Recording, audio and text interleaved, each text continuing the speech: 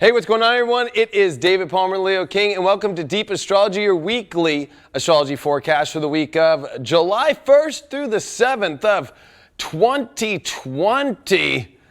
Rabbit. You know, it's funny, Rick Levine sent me a funny picture of a rabbit wearing a mask and said, "Happy rabbit."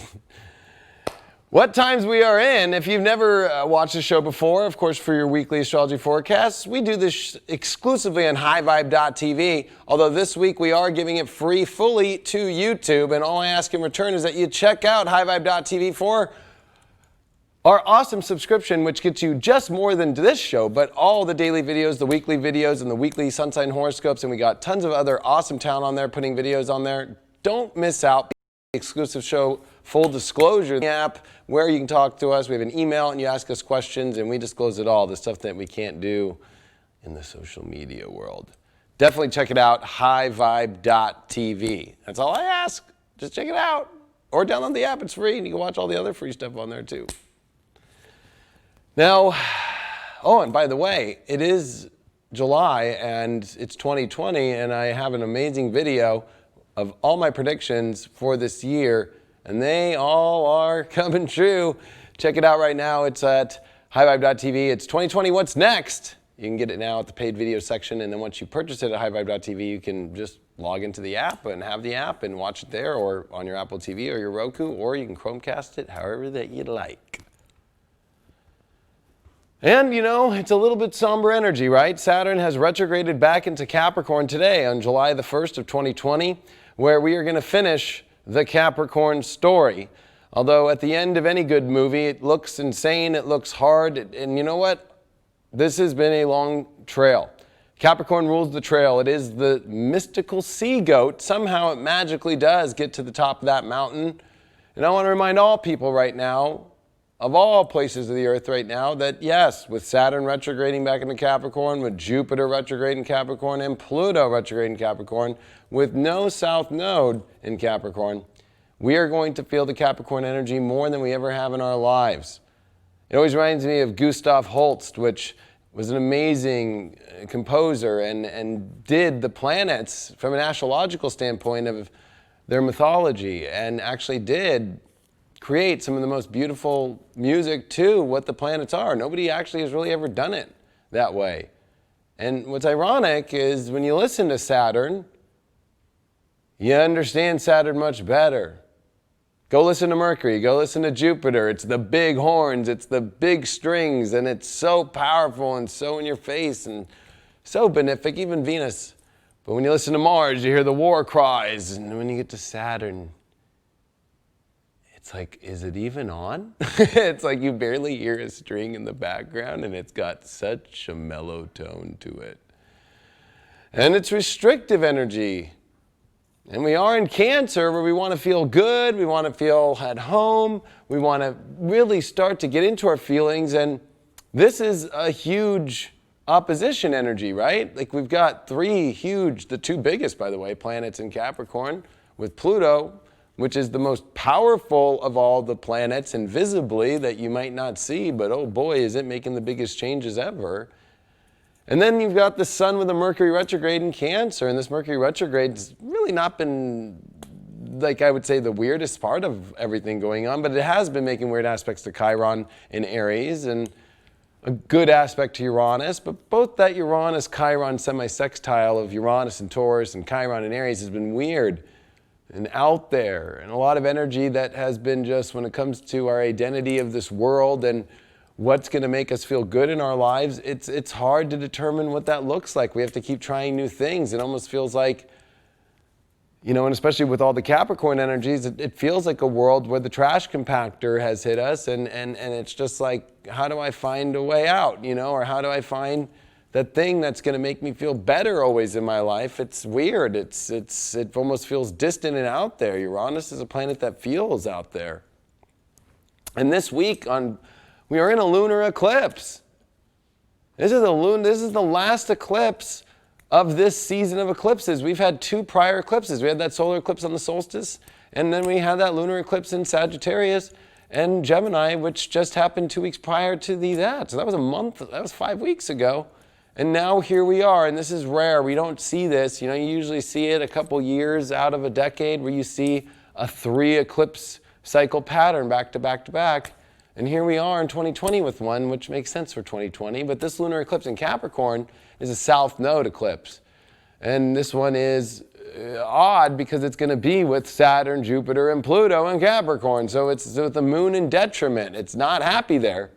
And this is Saturn's realm, and Saturn's almost gone back to his house and been like, what were you doing in here, Jupiter? What were you doing in here, Pluto? And what are you doing here, Moon? Like, you tried to make it a home? Like, I want the sheets made. Like, I don't want any beanbags anywhere. I want protection over the couch, you know what I mean? Like, I want the grass cut perfect.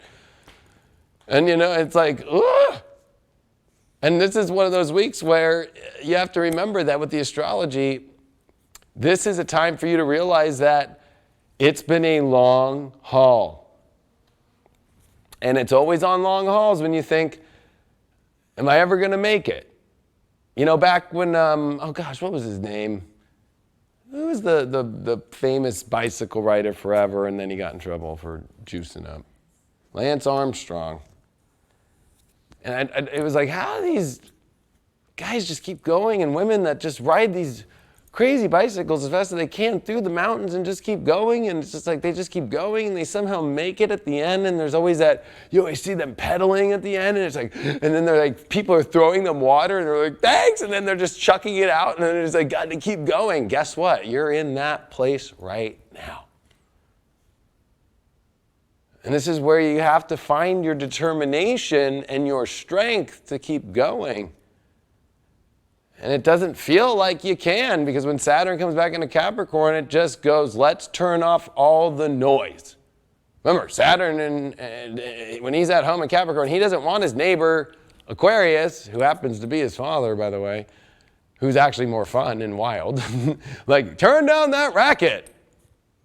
And actually, it was interesting this morning on my daily horoscope on High Vibe, I told people it's like how weird of the times we're in, right? Because Saturn doesn't like protests, right? Because it's like, oh my gosh, that's Aquarius realm. So it's like, let's put that down. But he also doesn't want people to break the rules. And then it's like, so then there's like this other half of like throwing down all these rules on things. And it becomes this kind of weird paradoxical thing where the whole world and everybody has kind of a side right now. Saturn's saying no to both sides.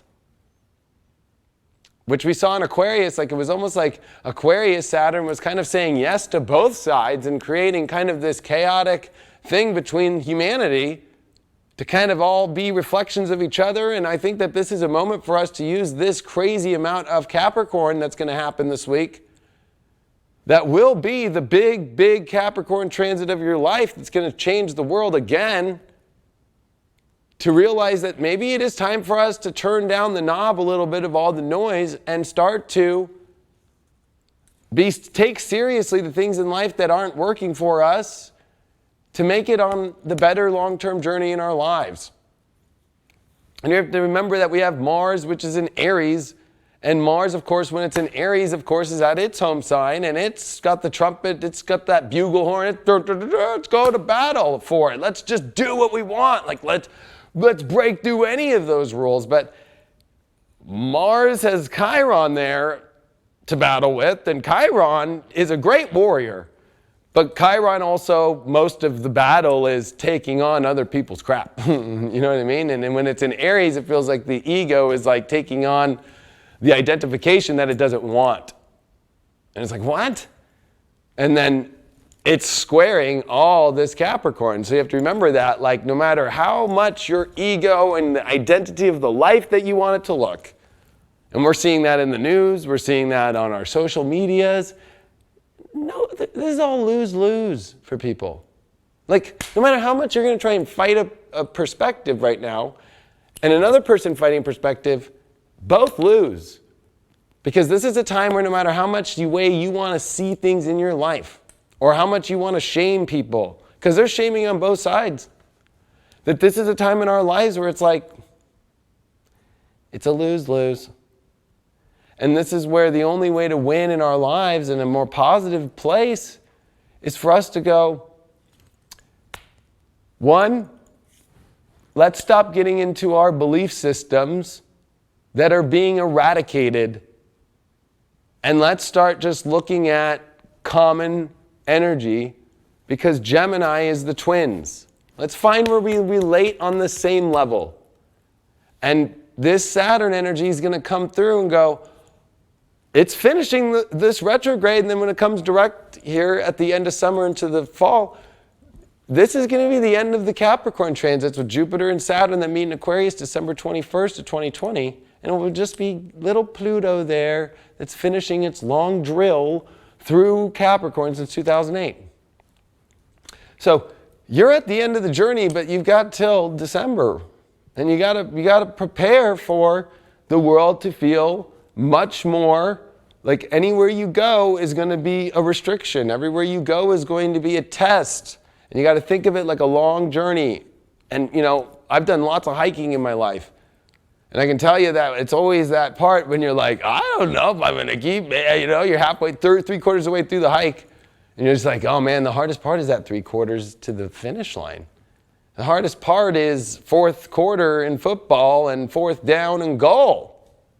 It's stress, but you have to have a plan. And this is the hard part right now, because I think that the way that we look at the astrology is you have to realize that these belief systems and being a little bit too hopeful without having a plan isn't going to work. Now, I'm the biggest advocate for inspiration. I'm the hugest advocate for positivity, and I'm not saying to deny that of yourself right now. But when it comes to just throwing things into the wind right now and saying, that'll be okay, like Capricorn is harsh in the sense that in even a positive way, that it rewards karmic energies and duties for people who stepped up and did the work, people who work, people who figure out, I don't want to use the term politics, but the politics of life, right? The politics of like, if there's a wall, do you know how to get through the right door to get where you need to go? Jupiter and Pluto just met in their second conjunction on Monday in retrograde. We've never seen that for decades, right? Just Jupiter-Pluto retrograde conjunction. You have to realize that Jupiter and Pluto have not retrograded together and conjuncted in Capricorn for a long time. We're talking hundreds and hundreds of years here.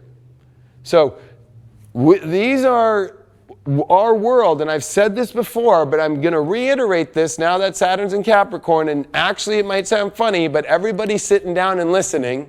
Whereas when Saturn was in Aquarius, everybody got lost into this idea that the world was going to go here and that was going to happen. And then Saturn's back in Capricorn going, what happened? No. And with Jupiter and Pluto that met in April, it was with Saturn in Aquarius.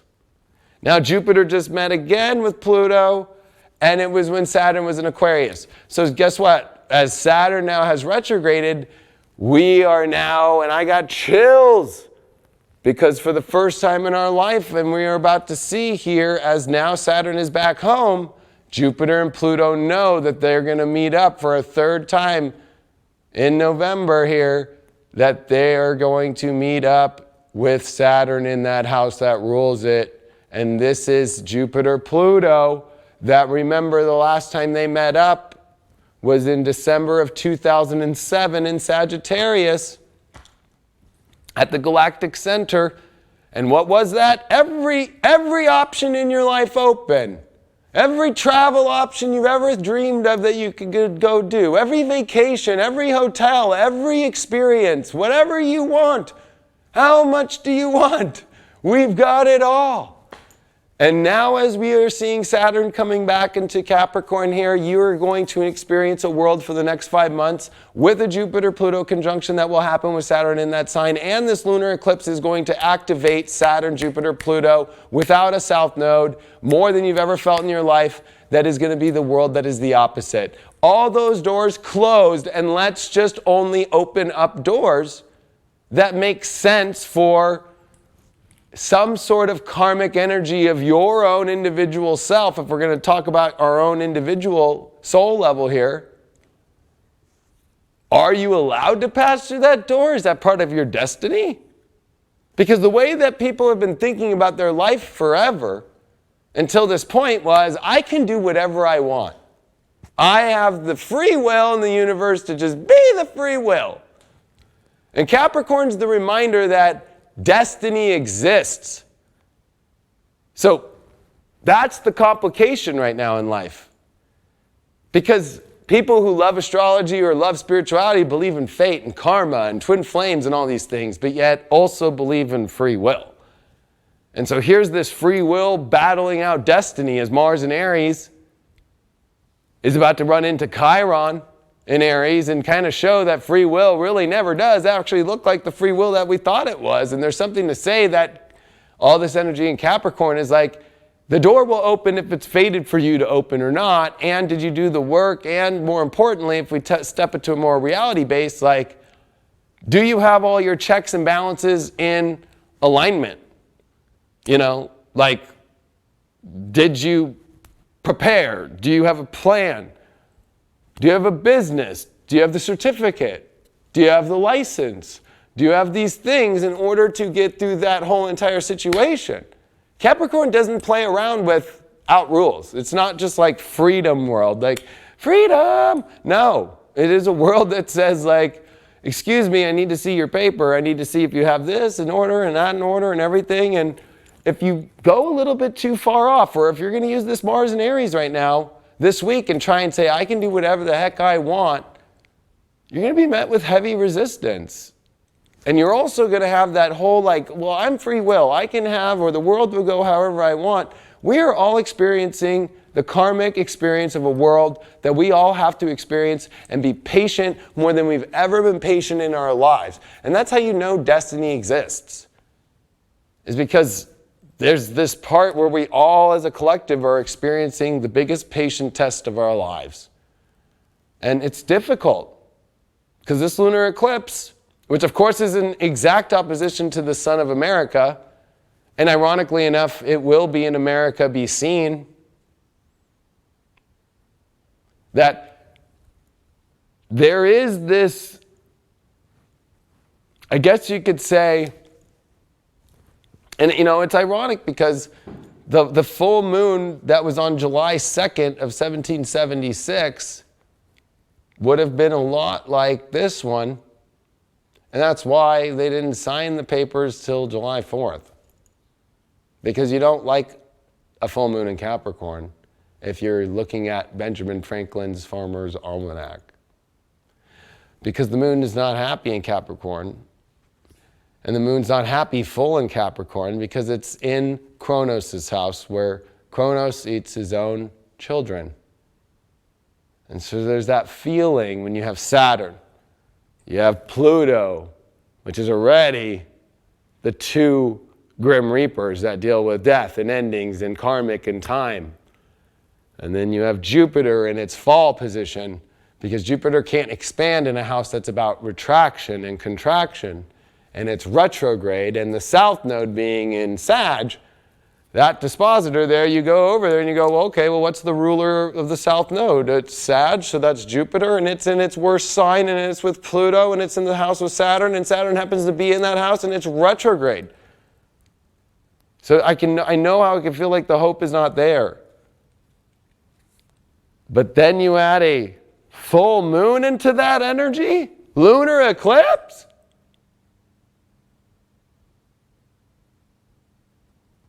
And this is why I've been saying for a long time, for years upon years, to prepare that the concrete was coming down. And, you know, a lot of people write me every day like, Leo King, how did you know, they watched my 2020 video, or they watched even my free video I put up on YouTube about my predictions. That's on my YouTube that I had made for the last 3 years about this time. Like, what do I do? Where do I go? Like, I'm already like, I really don't know what to say at this point because like we are all about to go experience the karma that we already chose. And a lot of it were choices that we made coming into Saturn and Capricorn, December of 2017. And some people who made the choices in 2008 with Pluto and Capricorn that felt it, especially people with a lot of like Pluto at the edge, like at 29 or 0 in their chart, or Pluto is aspecting their charts very intensely, kind of feel the Pluto beat more than other people and know when to make a change. But the people that are blind to seeing the preparation and think that, oh my gosh, how did the world get this way, is kind of like a joke. Not going to lie. Because not only has the astrology been saying it, but you can use a science thing for it, that everything is going in this direction. And everything is kind of getting to this point to where who's prepared and who's been making the smart choices in their life, who's been doing the work, and who also is not just kind of carelessly planning their life with this whole, everything will work out and everything will go the way that I want to. That this is going to be the test. And also, unfortunately, it's not like you're not going to get a trophy, because they do give trophies for last place. They call them participation awards. But that's the hard part of life, is there's no way to get rid of any part of our collective conscious, which unfortunately Capricorn deals with awards. Capricorn deals with those that did the work and prepared and got first place or reached the part that they needed to. And this is an area with the South Node that was kind of an illusion that everybody was trying to reach. And we all actually were needing to find the comforts in our life to have a foundation to be able to hold up these big things that we want to achieve. But a lot of people, with all that Cancer energy that's been going on and with the Mercury retrograde in Cancer, I'll be honest with you, okay? You've got, did you find that foundation yet? And were you actually cut from your big achievements you were going to and you weren't focused on it, the foundation to hold up such a big thing, and now you're just worrying about your foundation? This is a transit that's going to be putting up everybody's, well, where am I with my security, and where am I going to be able to survive?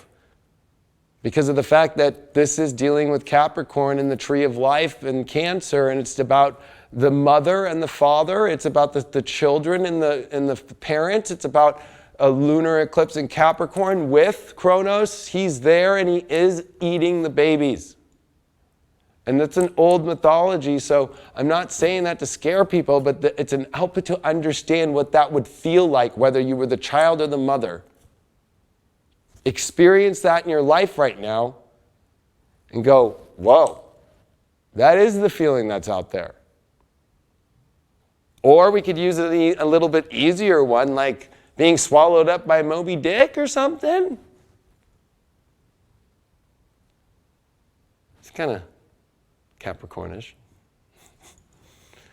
But the hope in all this is with North Node in Gemini and Venus that is now starting to really move this week, that it's going to take for you this moment in your life to start to find common ground with people and to be curious in areas and to also be smart about how am I going to feel the best, or how am I going to feel better, and who am I in alignment with.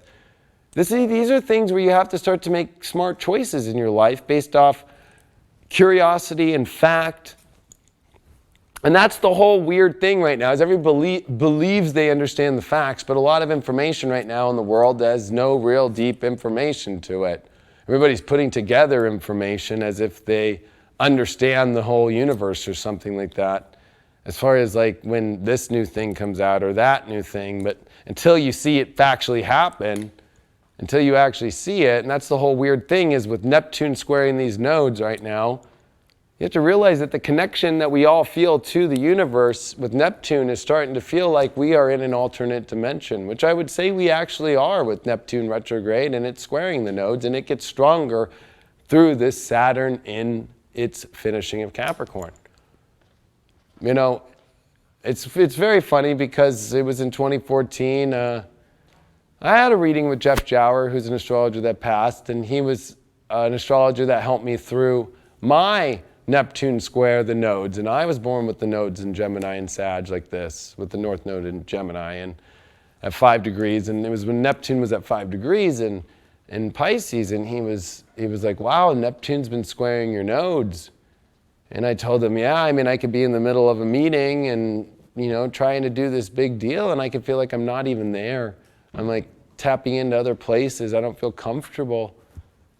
And he says, you know, the nodes are the connection to the world, the connection to the other side, the connection to this whole entire, if I want to say in my own words, the connection to the divine, that we feel and experience in the projection of this physical realm. And to see Neptune now starting to square this, and we're going to start to see the nodes after this week get off that 29th degree, which they've been at for 3 months. Almost 3 months. Well, May 5th, so June 5th, and then July 5th. So all May, all of June, so 2 months. This is finally going to move those and move them faster and move them towards Neptune. So that is going to bring us into a more weirder, and also there is deception when it comes to information out there. There's deception and unknown energies when it comes to information. Neptune also rules the media. It's in Pisces and it's in retrograde now, and it's got nodal squares. And what's ironic in all this is as Neptune is now retrograded, we're going to see the other outer planet, Uranus, reach 10 degrees of Taurus. And that 10th degree is a big deal. Uranus has now moved into Taurus in May of 2018. And we have not seen it for this 2+ years reach the second decan, where it will station in retrograde in Taurus at 10 degrees. But the 10th degree is moving things into a whole nother level. And this is a level that has to deal with, especially with Uranus, a level that is going to trip people out when it comes to the way that we are going to see the physical, unstable reality continue on a higher scale. Uranus and Taurus is like sentinels in the Matrix. They are weird electric energies that are going through the earth, and they are breaking it apart. Okay? That's like the best way it could help you to understand this. And so if you think that your new moon ceremony or this full moon ceremony you do, and some people have been asking me, this would be the last lunar eclipse in the world I'd put my crystals out on. This would be the last lunar eclipse in the world that I would put anything around. I wouldn't even go look at this one. Because this one has got evil behind it. It's got Saturn there. It's got Jupiter and Pluto. And Jupiter is being besieged. Jupiter doesn't even get any fortunate energy at all because of the fact that Saturn's in that house and Pluto's on top of it and the lunar eclipse is with it. And even on top of that, as Jupiter is looking forward to coming into Aquarius, it's got that Uranus in Taurus that it's going to be squaring. Just as much as Saturn comes back into Aquarius at the end of the year, it's got Uranus to square. So both are going to have to deal with this world that is not stable. And so the more that you're trying to hold on to stability in your life, you got to look at whether or not you're holding on to something that actually is stable. That's the whole lesson of Uranus. Like, I will throw you this whole entire Three Little Pigs situation and make sure you're really built out of brick. Is that relationship built out of brick? Is that job that you're at built out of brick? Do you trust the government? Do you trust all the things that really bring you security in your life? Do you know how to independently figure out the matrix on your own, with your own tools, with your own values? And why do I even bring that up? It's more than just Uranus and Taurus. It's the fact that Jupiter and Saturn met in May of 2000 in Taurus. And as we see Jupiter and Saturn back in Capricorn and gonna move into Aquarius together here in December, we are at the last phase of the Jupiter-Saturn conjunction of 2000. That was in Taurus. And if you go back from 2000 to now, what's the lesson in that? It was never the opposite Scorpio.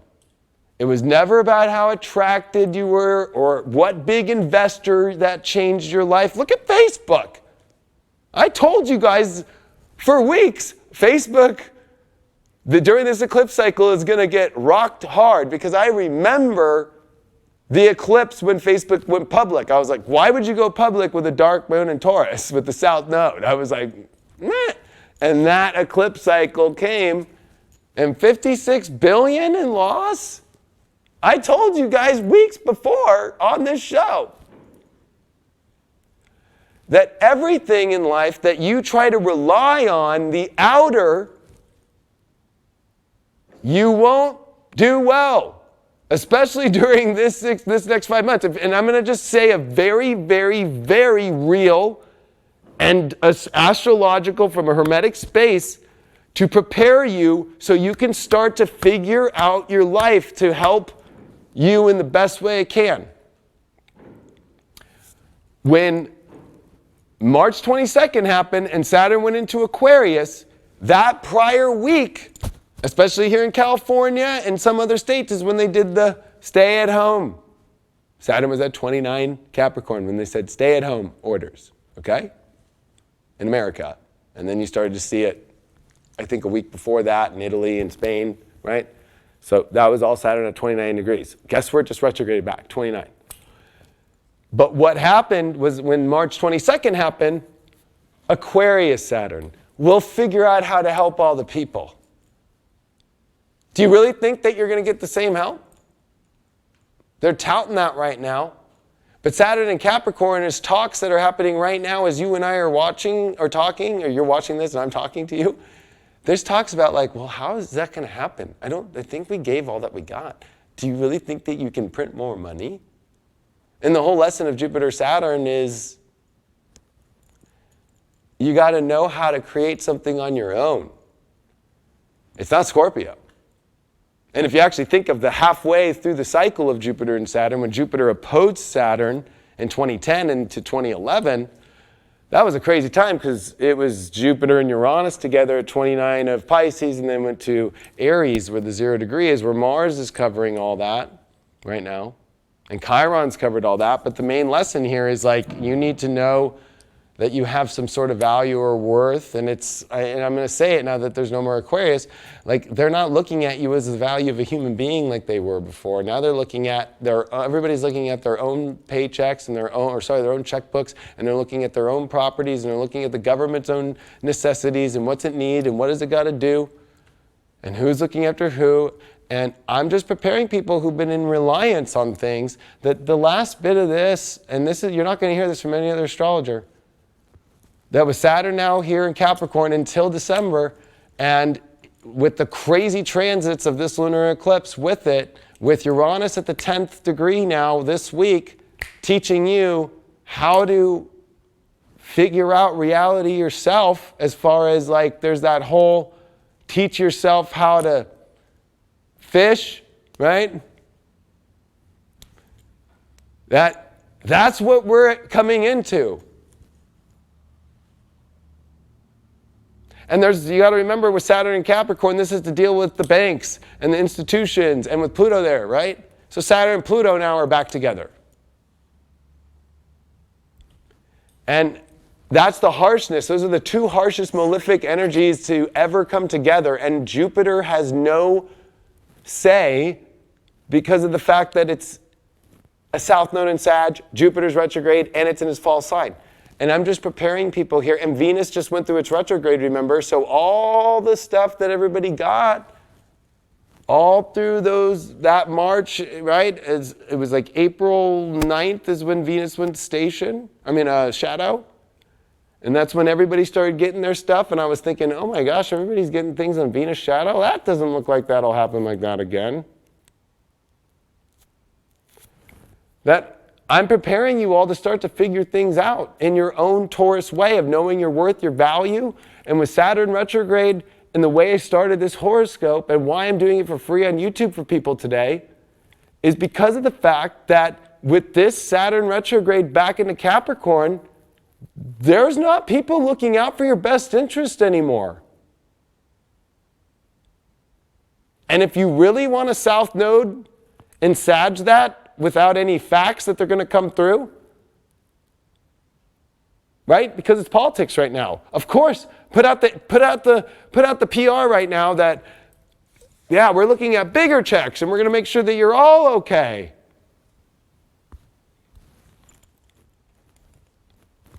It's election year and it's getting close.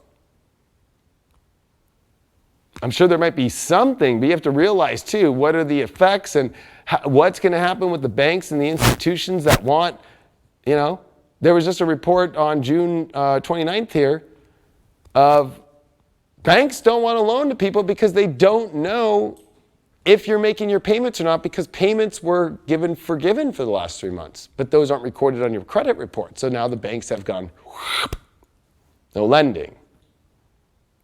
And now with Saturn back here and with Jupiter, Pluto, and Jupiter has gone behind Pluto, and it's always when Jupiter goes behind Pluto, or it's on its approach to Pluto, that we see the recessions, or we see the depressions, or we see all these things.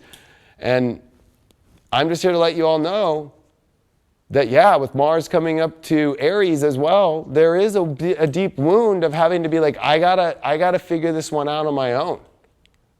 You gotta remember too, Mars was in Aquarius for all that stuff. Like, okay, so it was Mars and Saturn in Aquarius, even though they're malefic.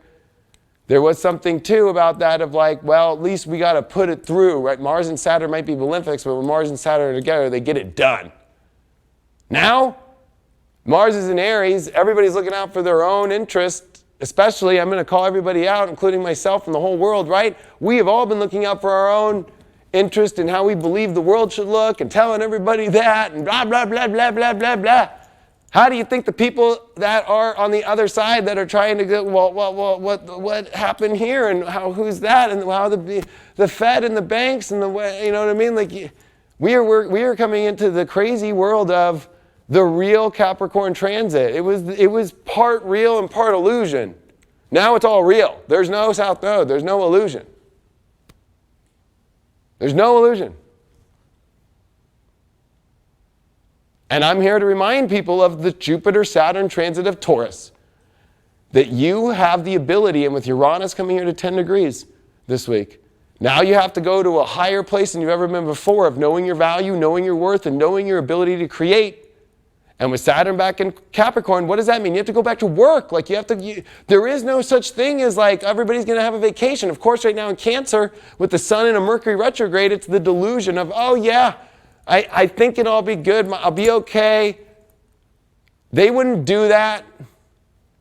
Oh yeah, Kronos wouldn't eat his children, right? Oh, he did. Oh, he did. He enjoyed eating his children.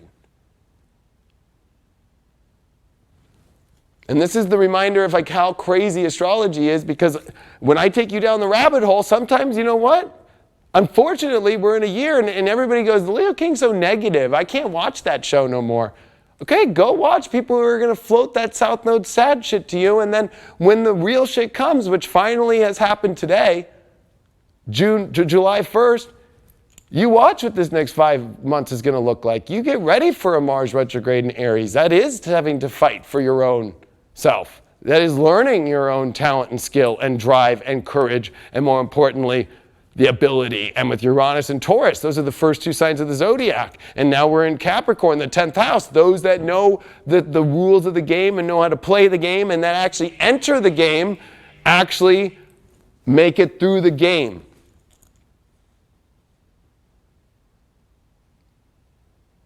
And I'm just telling you that the positivity is knowing this and not hoping, waiting, and relaxing and chilling and thinking that your best interests are being looked after right now.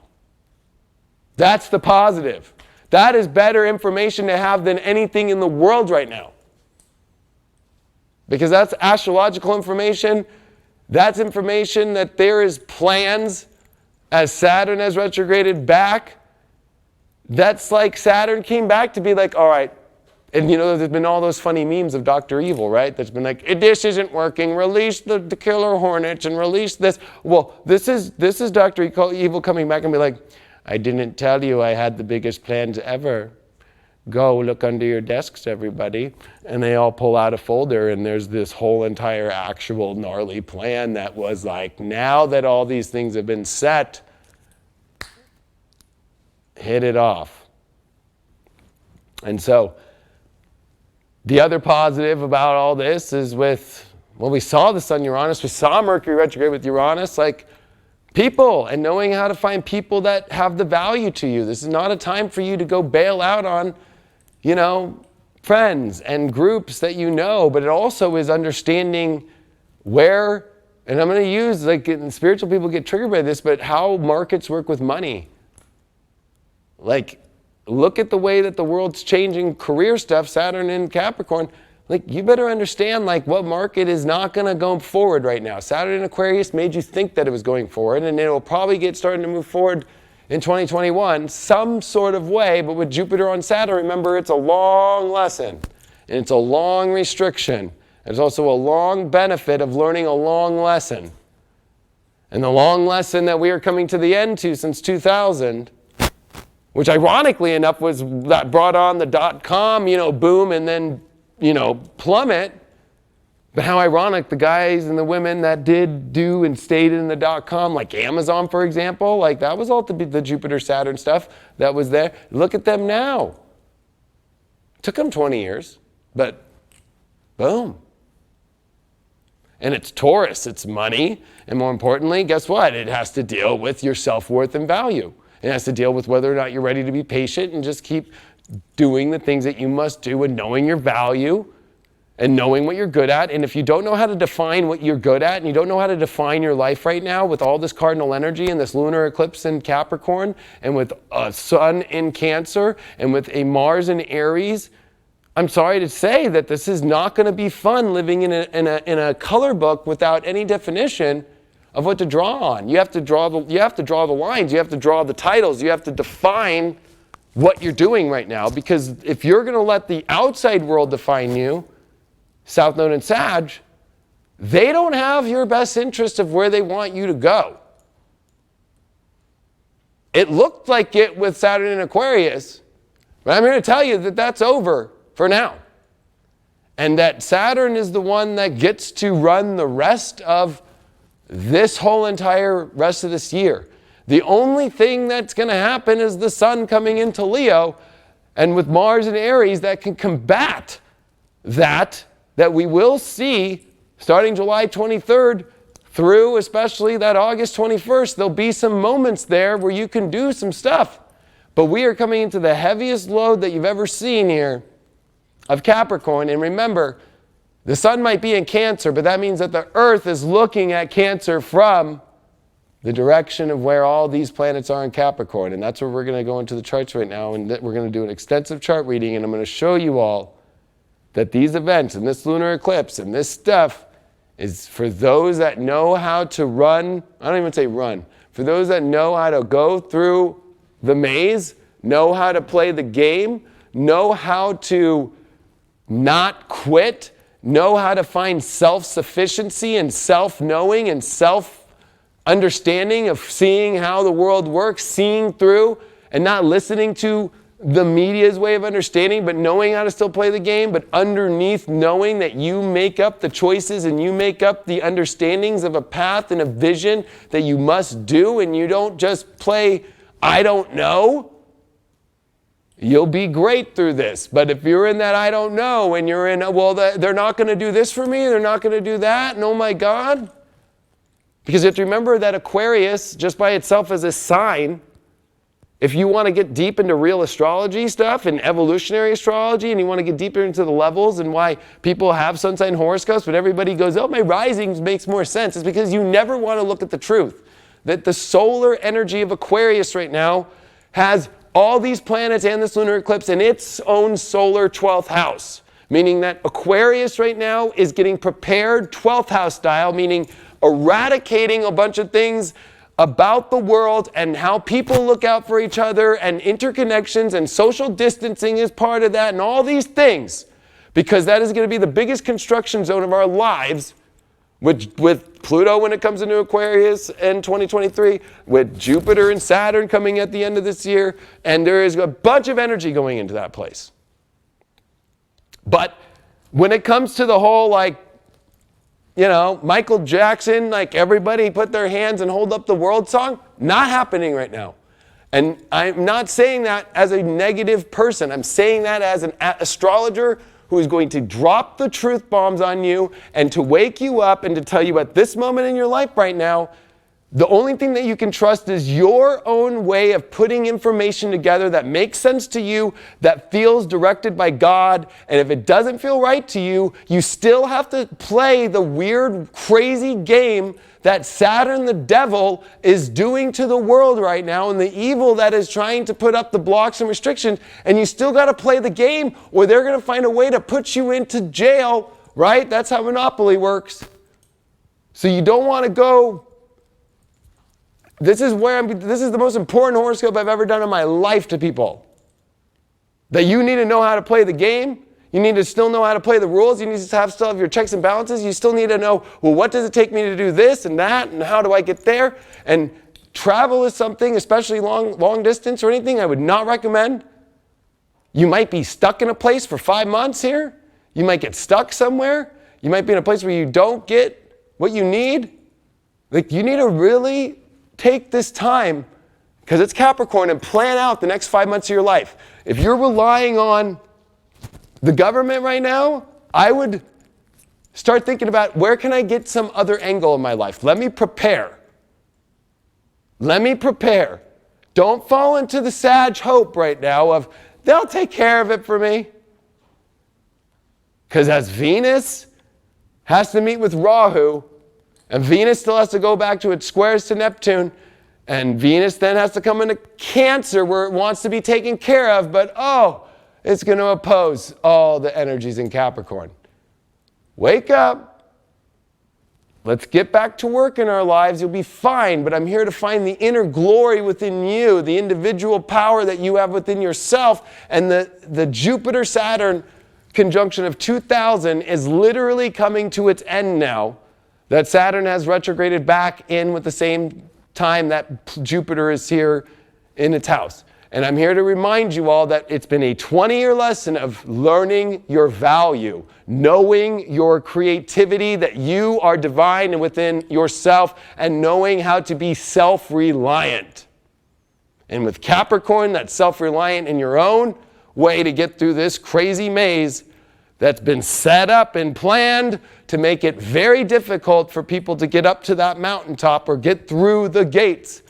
But you have to know how to do it, and you have the power within you. But it's when you step forward and you put the work in. And this is a time of massive work, not sleep. I've been saying it for years too. In the last 2 years, scientists have revealed that humans sleep on average 5 hours in the last 2 years. That's because we're in Capricorn, the opposite of Cancer, your bed. And if you like hanging out on your bed, you love your couch a lot, I would definitely right now start to go, maybe I need to learn to get off those. Because this is a year of the rat in Chinese, and July is not the best month for the year of the rat. Because the angles of where Jupiter is at to the sun in opposition. Here's what I found. Oh. Let's go to the charts.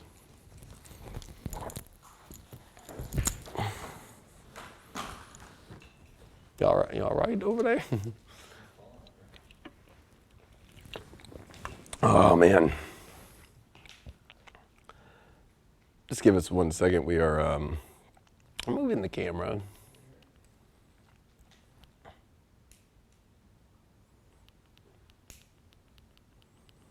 Gracias. I was going to have my chat room loaded up while we do this, since we are live. So, all right.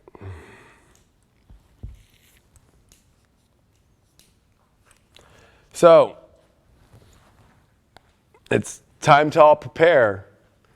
And the first chart I'm going to show you today, and this is usually where we cut to only high vibe people, where they get to see these charts, but that's why I'm asking you to please join highvibe.tv, because I'm going to show you what you miss out on every week with this show. So it's definitely going to be a lot. I have 9 charts, and I'm going to just fly through as much as I can, because there's so much info, and I don't have a lot of time, and I'm sure you don't want this to be a super long video either, but I don't know.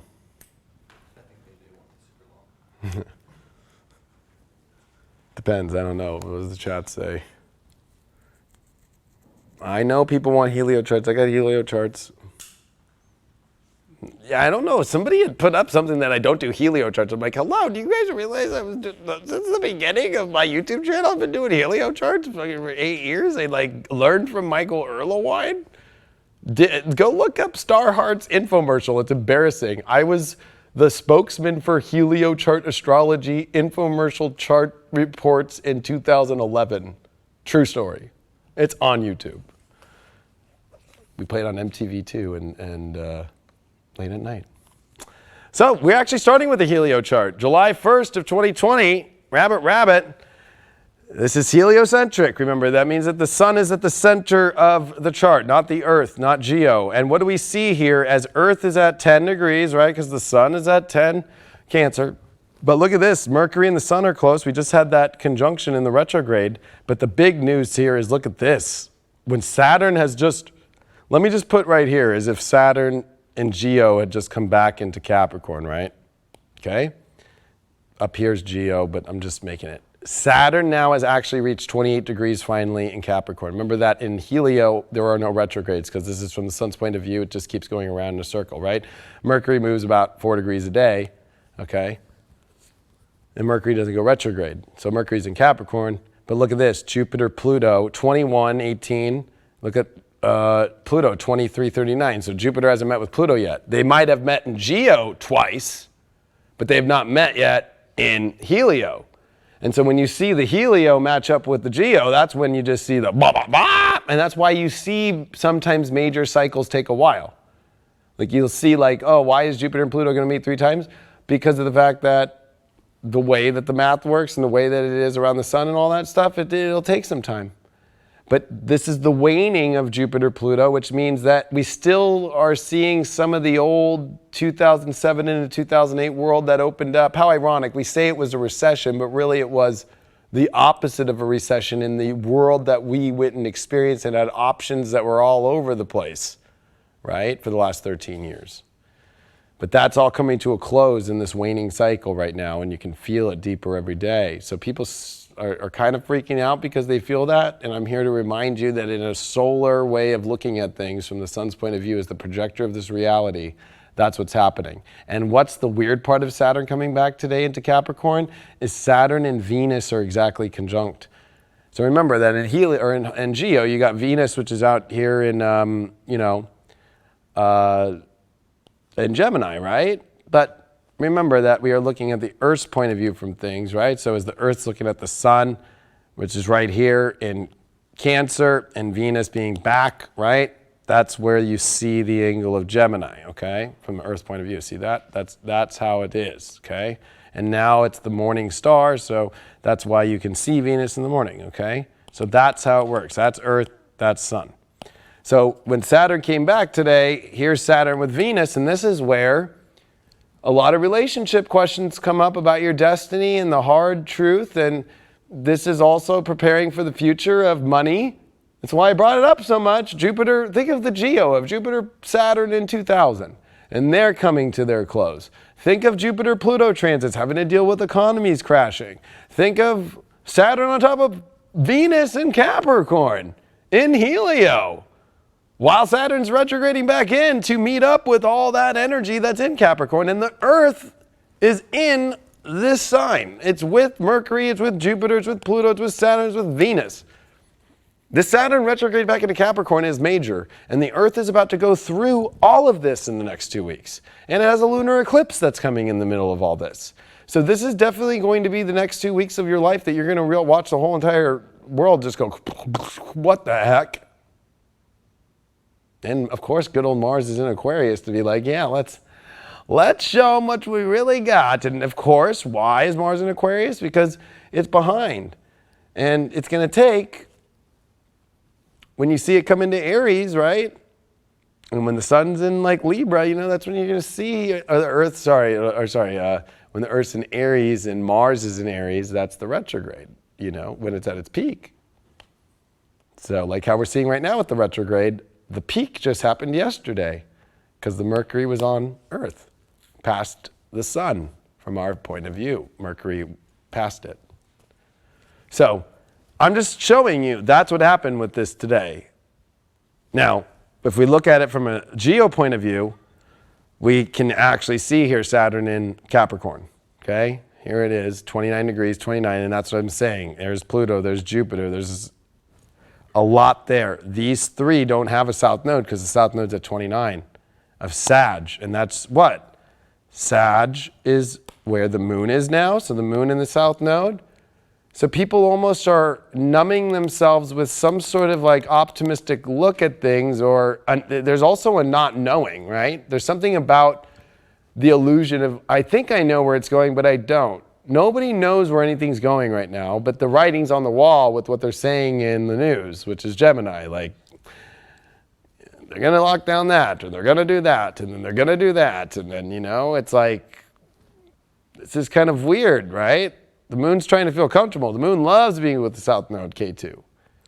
But Saturn's now come back in and been like, huh, oh, I have no south node here. There's no more illusion. I can be real. I can be seen fully, even though I can cloak behind Pluto, and I've been doing dirty plans for a long time. But I've also been empowering others to do the integrity and to step up into a powerful new world to be the leaders of that. And who's the ones that make it through? That's the karmic trophy at the end. And there's dark people that are running towards that and think that they're in it, and there's light people that are running towards that at the same time. And the sun in Cancer with Mercury, see that? That was the Mercury retrograde that went past the sun today, and Mercury square Chiron.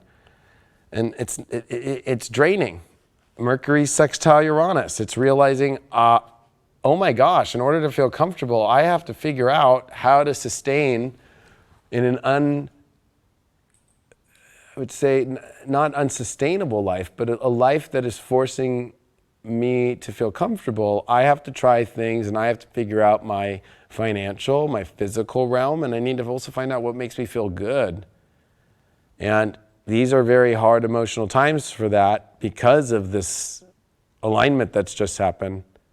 And with Mercury and Uranus, it's like, okay, they like each other, but at the same token, it's like, we need some sort of security. Taurus and Cancer deal with security, financial and emotional, or physical, just physical, right? So there's physical touch too, and emotion. Like people are yearning and needing the truth of what it is because Saturn has now come back. And what do you do when you watch Kronos eat his child, or you're the mother of the child that you watch it get eaten? You would want somebody to hold you and make sure that you're emotionally okay, or you would at least want Kronos to put some ketchup on you or something to make it a little bit easier to go down, to be chomped on. So you need to start to think about that, like, no matter where you're at in life right now, everybody's in a weird spot. There's nobody feeling comfortable through this thing. There's nobody feeling comfortable because nothing looks the way that you want it to look. Mercury retrograde square Chiron, my ego, and I thought July 4th was going to look like this. I thought this was going to look like this. I can just go wherever I want. South Node and Sag. Yeah, no. That Aquarian energy is crazy. It makes people actually think that they have like been masters of the universe. When Saturn teaches you that you are the only master of the universe if you play by the universe's rules. And the universe's rules would have said, no, Saturn's going to play and go back into Capricorn. So don't start believing that you're just going to be free and go wherever the fuck you want and free will this world, because it's not. It's not a free will world. I've done plenty of lectures proving to you all that we are Chiron as a human species, and it's between Saturn and Uranus. That we can understand and see the outer realms, and then we live in this physical reality and we're caught in between. We're not in either or, we're in both. And that's Chiron. That whole aspect of like, that we all have this wound, that we don't know why we're here as a human being. We think, well, is it Jesus? Is it God? Is it this? Is it that? Or is it the Egyptians? Or is it the F-18 footage from the Hornets and the Super Hornets that the Navy's putting out finally? Is it that? Is it this? Is it that? I mean, how many times, how many thousands of years, how many civilizations have said that? Well, is it this? Is it that? Is it that? I don't know. And so you're looking right now at humanity and going, oh my gosh, I don't think anybody knows what's going on. I don't even think anybody, that's the whole projection of the media too, right? Like it's like we think we know what's happening, but no, but everybody's just like, so what it is, it's fear. Saturn comes into Capricorn, and Jupiter and Pluto are there, and that enhances the fear totally. And what is that? Just lock everything down because I don't know what to do. I don't know what's going on.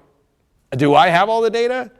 Behind everybody sitting at a desk that is some sort of governor or president or head of state or prime minister or whatever, they are just dealing with, well, you're giving me all this information. What the hell is going on? Oh, just close everything down. Or just we need to just shut every faucet off. It's like having a leak. Shut everything off. And I don't want to hear anybody cry. Get it done now. That's what just came in. Because there's too much data and information in this world right now that is coming in, and nobody knows the truth of anything, and nobody really knows the facts. They act like they know, but it's like this person's bringing this data, that country's bringing that data.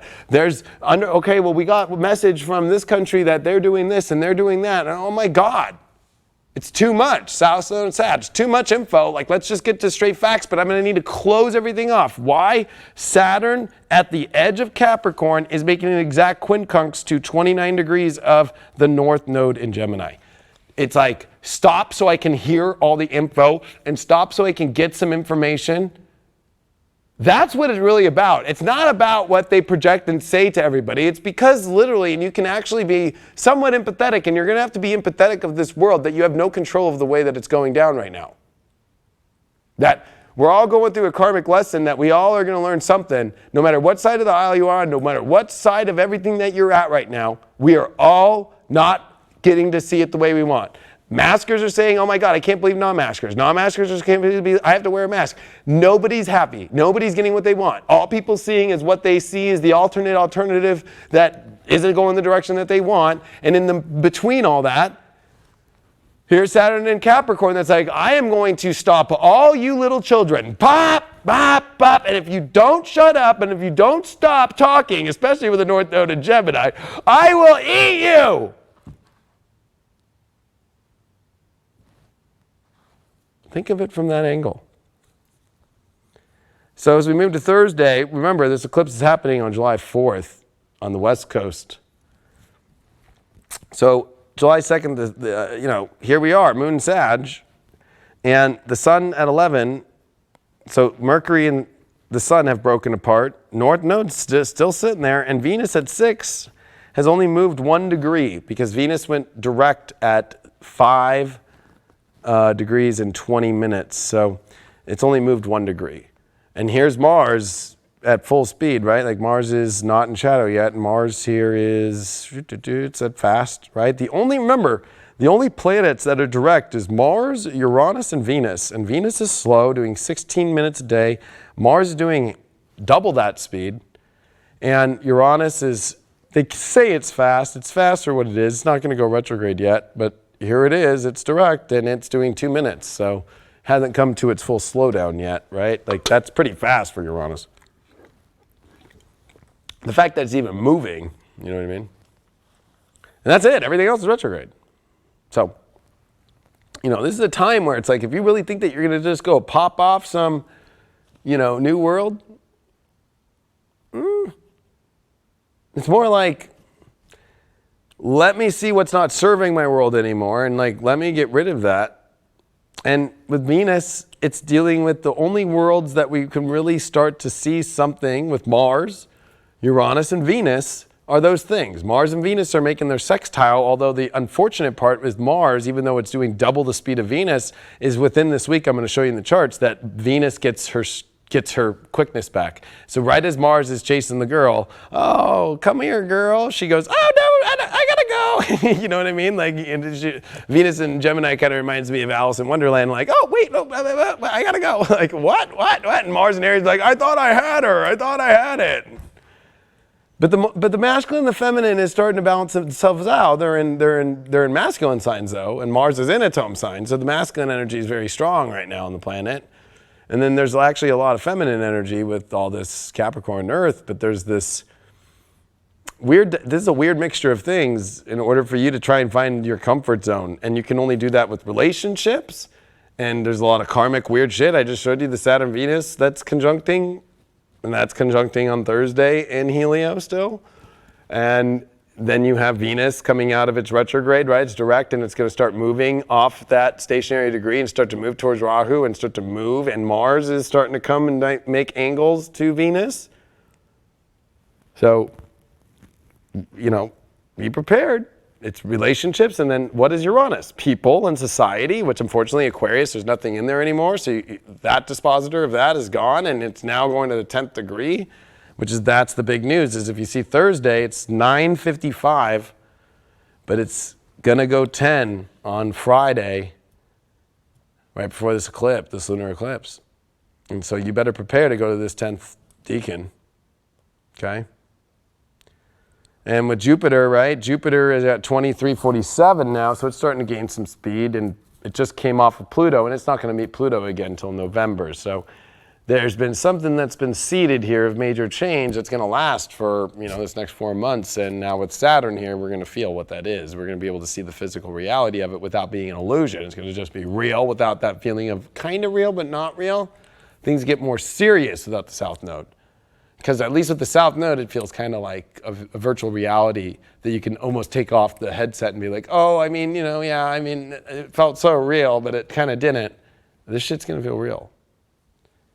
And that moon in Sag is besieged by the opposition of the Venus, which is slow.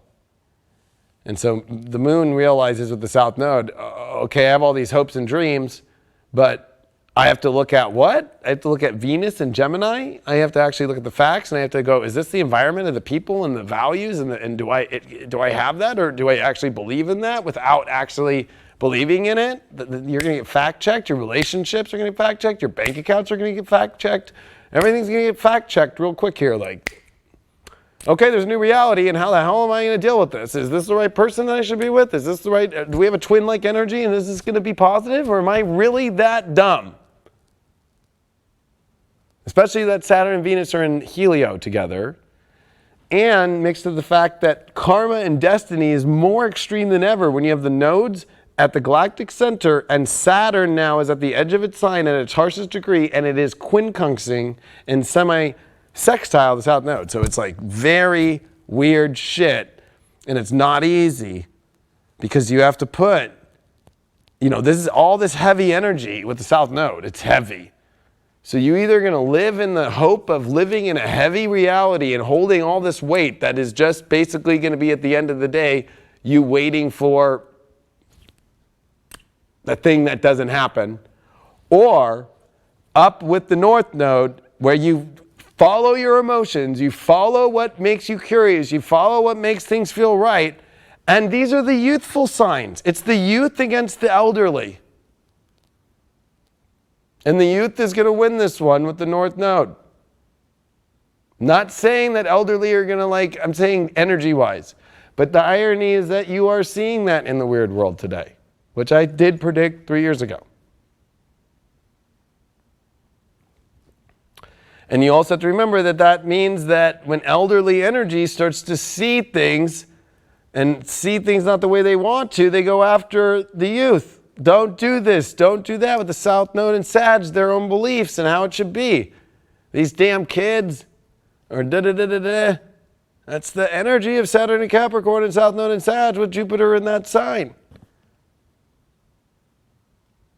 So you got to go find the youthful and the little youth within you, no matter if you are elderly. You got to be in that positive hyper state of youth. That is what will get you through right now, and that means if you're in a crappy relationship, you're waiting for the government to save your butt, and you think it's fun when actually it's not that fun.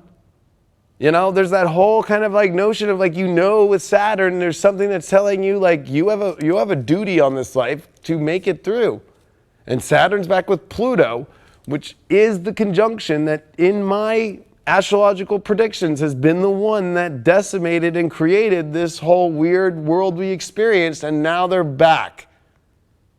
You got the weird March 22nd to July 1st to kind of feel it really didn't destroy that bad. It's back. And now without the South Node. So if we move to Friday now, this is where that moon is going to cross that South Node. So don't get too hopeful on things that The date is not there. I'd be very cautious for people traveling on July 3rd. There's something about travel here that's going to go down because of the fact that the moon's at the south node in Sag. The north node is being quincunxed by Saturn. And when we start to look at this chart, this is where you're seeing 957. And you're going to see that on this day, Uranus is going to come to that 10th degree by the night and into the morning when the lunar eclipse is going to happen that next day. And so it's like you have the energies of Uranian energy going to another, like you have to remember that deacons are in 3 levels. So it's like the first level, it just went to the second. And Mercury is retrograde, by the way, let's not forget, for travel, and it's going to be uncomfortable because of the fact that if you watch coming into this July 4th, wherever you're at in the world, that moon is going to come in opposition to that Mercury retrograde before in a full moon cycle / eclipse and make a quincunx to Venus in Gemini. So I'm just preparing people. And I've been the one astrologer that has been screaming about travel, and nobody wanted to listen to me. I was like, I would not travel this year. You know what I mean? And I would just have that convo with, you don't have to force anything on anybody, but have that convo with people. Be like, if you know somebody traveling or taking an airplane somewhere far or doing all that shit, you need to talk with them. Be like, do we have a plan in case you get stuck there? Do we have a plan in case something happens to where, like, will you drive and get me? Like, if you're just like throwing it all to the wind in Sag right now, which is easy to do, because I think that what's going to be the hardest part for people is Wednesday, we're on Wednesday. So Thursday and Friday, you have this moon in Sag with the south node that is doing this whole like comedic act to ourselves of like, I know the world is going into a shitty space, but I'm not going to feel it. I'm going to feel positivity right now. And then go into this eclipse and then be like, oh no, what? Like the crazy crap's already happening and you can't feel it because you're in denial, or you're in, no, everything's going to be fine, or I'm not going to think about things. I'm just going to be positive about it and throw it all to the wind. And that's hard for people to accept because it's this lunar eclipse, which is going to be gnarly. So if we move this to Saturday now, July 4th at 9:44 p.m. Pacific. So I am a Californian going to go through a real July 4th lunar eclipse. If you're on the East Coast, technically happens at July 5th, 12:44 a.m. And this thing's happening at 13 degrees. This is exactly the opposition to the sun at Cancer, 13. Are we waiting for yep. And so with 13 degrees, you have to remember that that's opposition America's sun exact. And when you get exact energies, right, it's crazy. And this lunar eclipse is with Jupiter, Pluto, and Saturn in Capricorn. And we do have this Mars Chiron here that's showing minor squares.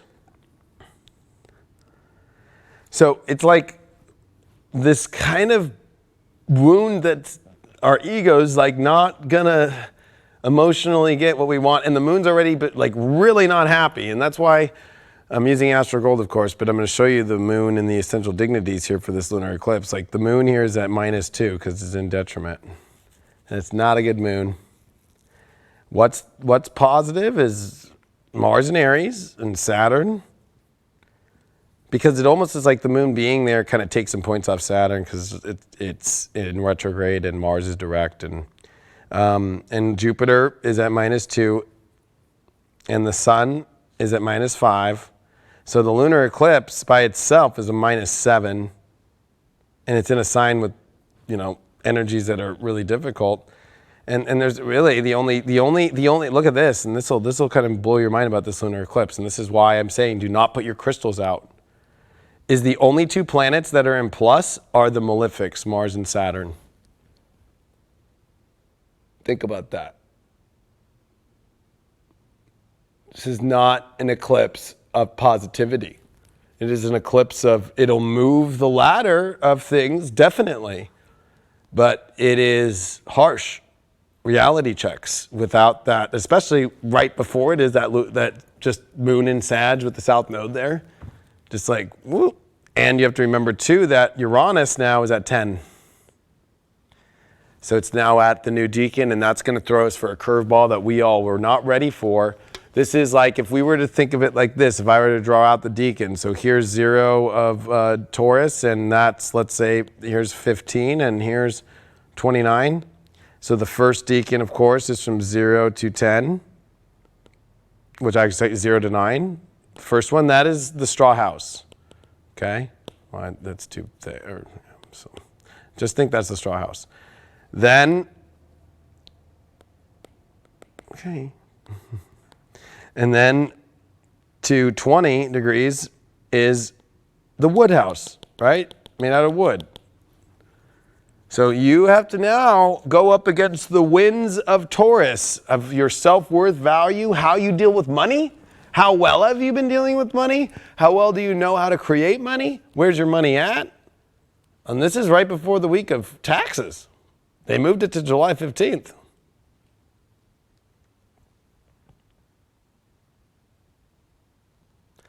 And there's this whole new storm that's coming of electricity and weird direction about money on this. And also your values, and what is Taurus? It's where you feel really good. And the reason why money is associated with feeling good is it does buy the things you want in life. I know people are talking about a cashless society or a moneyless society. There'll always be in Taurus some sort of thing to exchange value for. Always. Even in the spiritual realm, the value of I value you as a good person, I'm going to give you the value of that appreciation, and you're going to, there's always something. And this is taking us to a place we've never been before. This is not a lunar eclipse. It's just like, hi, this is a lunar eclipse went by. No. And with the trine, though, to the Uranus to this lunar eclipse in Capricorn, it's without a south node, even though it's a south node eclipse because it's by the south node, but the south node's in Sag, so it's Jupiter that's not doing well. And that moon is like, okay, let's not think Jupiterian, let's think Uranian. I better figure out and be smart enough to figure out the Capricorn Taurus world of money and how to get my career in the right place or how to play the game, because that's the string of positivity that we're at. And there's no Scorpio, there's no like, oh, I can rely on something to come to me. It's like, no, you have to go create it, or you have to go towards it, or you have to take action towards it, or you have to know and you have to embody your value. When you have self-doubt, it's gonna just tank you right now. And if you put all of your faith, South Node and Sag right now, especially on a malefic energy of how we identify as what is the rulers of control or government, that was Saturn in Aquarius. It looked that way, and then, and what sounds is from both sides. And so I think that the hard part here with this 13 degree, and especially with like this kind of Vesta energy that's exactly with it, is, I mean, you do have to really know the power of the purity within you of your emotional needs, and you also have to have this harsh opposition of Capricorn moon that's like, you better get into gear emotionally, you better like do something, you better like get in, you better you better be working, it's like, it's that whole whistle while you work thing. Like those 7 little dwarfs worked. Even Sleepy had a job. You know what I mean? And Sleepy had to walk. You know what I mean? So, like, this is important for people to know, because Aquarius somewhat made everybody get on a spaceship out of this reality for a second, and that's over.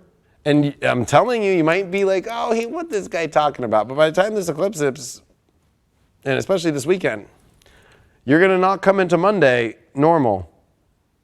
And also, I just want to say one last thing with Venus, that it's at 7 degrees now. This is the degree in which Venus came direct in 2012. So Venus now has covered in a retrograde the 2.5 degrees area, the 2 degrees area of where Venus has not retrograded for us in our lives. And now it's returning back to places it's been before. So we have just kind of went into a place that we didn't really know the energies that we've never felt before like that in a Venus energy. We've never felt a Venus double shadow, right? So in this zone. So there's something kind of weird about now when it comes to money and relationships. All that shit really hits hard. Because you were in like a training zone, or you were in kind of a weird thing, or you thought you were going to be able to make something happen, or you thought you were going to, and it's like the truth is revealed. It's like, uh-oh.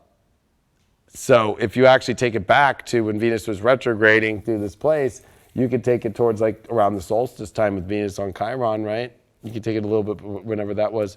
That was even before that. So it's like that mid-June to now.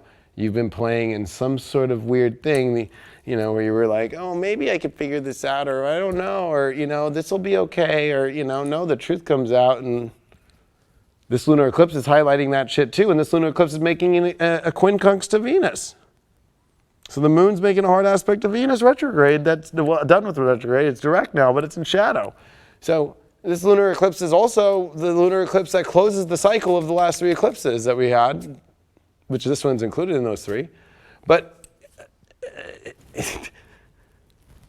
it's changing everything, and it's connected to relationships. It's connected to your foundation. It's connected to your home. It's connected to your emotions. It's connected to, are you in a place, in a position that you will be able to survive? Not saying like death, but survive in a sense that you feel comfortable. Or are you going to be in a very uncomfortable place because you haven't been doing the work, you haven't been doing the Capricorn stuff like a parent says, like, you need to have a savings account. Did you make sure you packed a backpack full of this? Did you make sure that you do have that? You went to school without your this? You didn't bring your you didn't pack a lunch? You just expect me to give you some money? I remember when my mom would say that and be like, oh no, I'm sorry. This is where you're going to realize if you're in kindergarten of not identifying things, or you're in, if I were to put it in a better way, like PhD level, and there's kind of no in between. And this has nothing that you can judge on other people right now. Only with you and yourself can judge that in yourself. Don't allow anybody to try and say, like, you look like you're in kindergarten and da-da-da-da-da-da. Like, this is where we got to all stop that to each other. The shame game's got to stop. But we all have to follow, however, Saturn is the ruler of Capricorn, whatever it says, and just fucking realize, get through it. Don't go crazy against it. Just do what you got to do. You have your own personal life. And this is the lunar eclipse that reminds you that there's a fucked up public world, and then there's a beautiful personal life. And those are separate. What you do in your personal life is your own thing. What you do in public, though, is unfortunately for the world a crazy situation that is being changed every fucking second with Jupiter, Pluto, and Saturn. And there's control, and there's police, and there's this, and there's authority, and then there's people who think they're in authority, but they're not, and then there's deception, and there's planning, and there's all this shit that's been going on up there. So realize the second you step out of your personal life and you come into the public world, you're going to be dealing with the malefics. And Jupiter is trying to hold you out and be the good uncle. Like, don't come in here, son. Like, you know, I know I'm your uncle, but I'm with the 2 guys from the freaking, you know, the cartels, and they're doing this shit. Like, leave. I can't look after you. That's what I'm saying about the bad luck of Jupiter right now. The uncle can't come through. Get out now. That's all he can do is like, go back. Like, I can't do shit. Saturn and pull it out.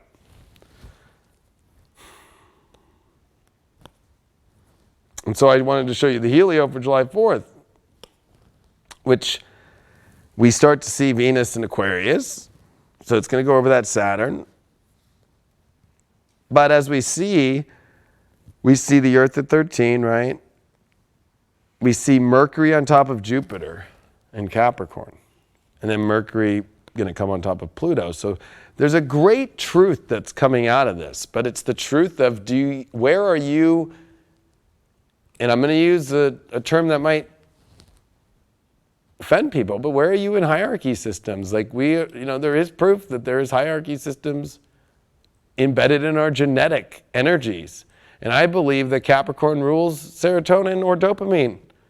Where you sit on the system of life is where you get more dopamine. And you see people who thrive more in life are because they're getting a natural high that kicks off in the hierarchy system the higher they go. That's why people think they get so high on getting verified and being a big Instagram account or becoming a politician or whatever, but there's always that dopamine drop because it can't continue forever, right? But there's something about this eclipse, though, that's kind of like, where are you really in that place? And that determines how happy you are or how depressed you are. So if you are having heavy depression, or you're going to see people go through heavy depression in this last 6 months till the next eclipse cycle, I'm just letting you know that call therapy people, like rely on the therapist right now for that stuff.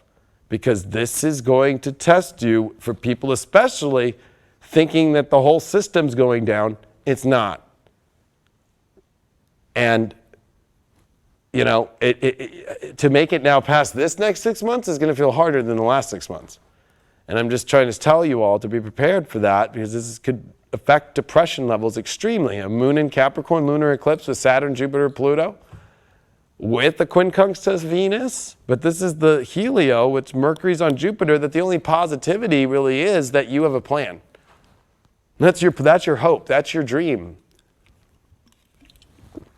A plan to figure out how to get through the game. It's very much like those Mockingbird movies, the Kill 'Em All. I don't know. I forgot the name of those movies. What's the name of those movies? No, that's what her name is, but it's like there's a name to those movies. I have them. I'm like, The Hunger Games. And there's going to be people in the main district that are fine. And then there's all those other districts.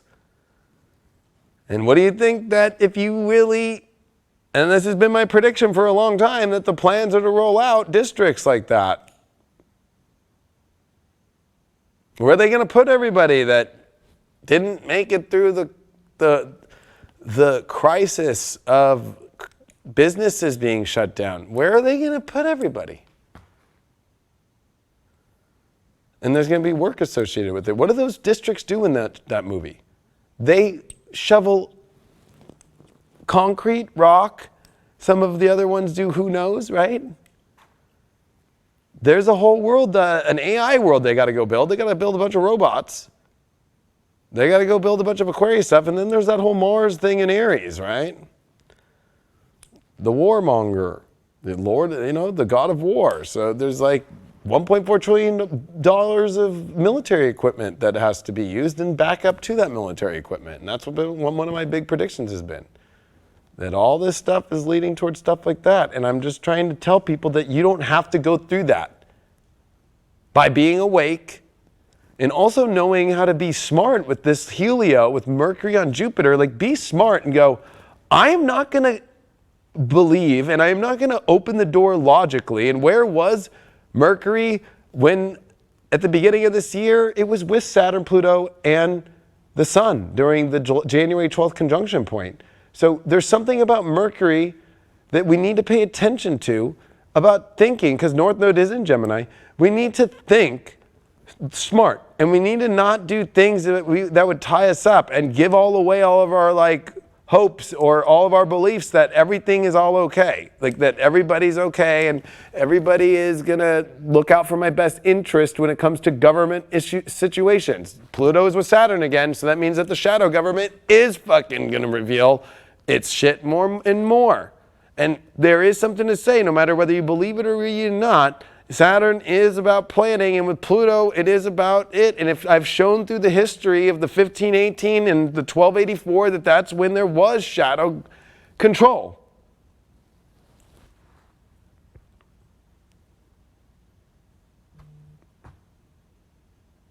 And you don't want to, you know what, I'm not going to do it tonight, but why don't you do it yourself if you really are, because there are a lot of people out there that say that you know astrology and you love it and you go to astrology events and all that stuff. Let's go test your astrology. Go find me when Uranus hit 10 degrees of Taurus, like let's go right here. I'm going to give you guys all a little astrology lesson, and you can start to play with how to do a horoscope. Find me the last time that Uranus hit 10 degrees of Taurus, and look at that year, and look at that month, and go look on Wikipedia what was happening in the world, and type in Hitler.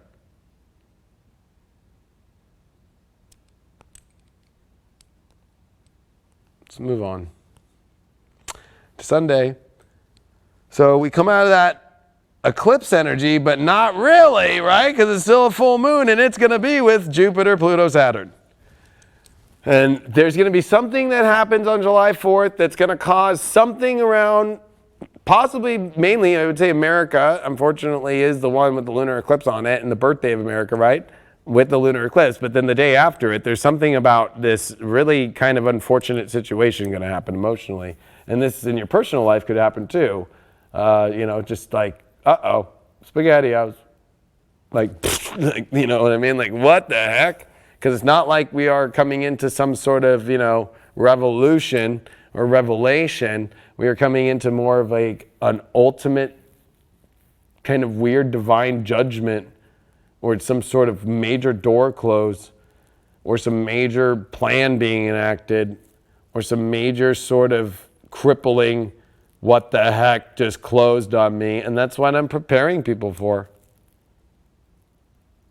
And I know people have got so much hope for something else, but you know what? Sometimes it's hard. You know, Paul Revere's #1 job was to not tell you just the British were coming, but told you about the Boston Massacre and drew the picture of it and put the pamphlets out. And Paul Revere is the one that also was part of the Boston Tea Party and got the message out and for people to do the Boston Tea Party. And then Paul Revere is the one that did tell people that the British were coming, and he didn't write to the whole colonies. He got too drunk to do that, but he did give you the message to pass to the next person and got the word that everybody was prepared that the British were showing up on the shores and to deal with that Declaration of Independence that was signed. And this is a moment like that.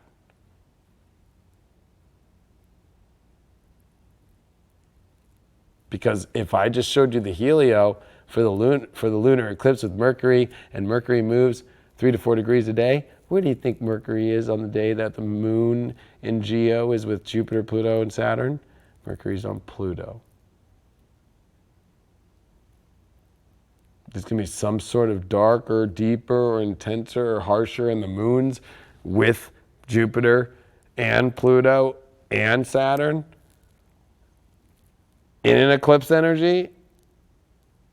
It's not going to be what people want. And that's why I'm saying, like, think about your long-term plans here.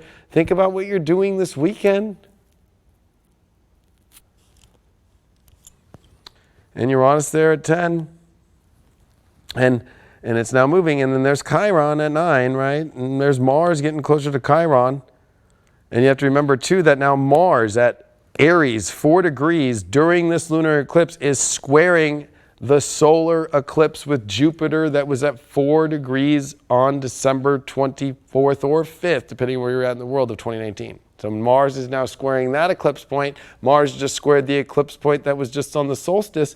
So now Mars in Aries has activated both eclipses with a lunar eclipse. And this means that both side A and side B of the tapes of the eclipses have been aspected by Mars. Mars aspects to eclipse points, whether it's conjuncting, usually cuts off. But when it's squaring both, it's activating both at the same time. So it's bringing back side A to side B in a new way. And however the planets are doing in side B now is how plan A is, or side A is going to feel more like.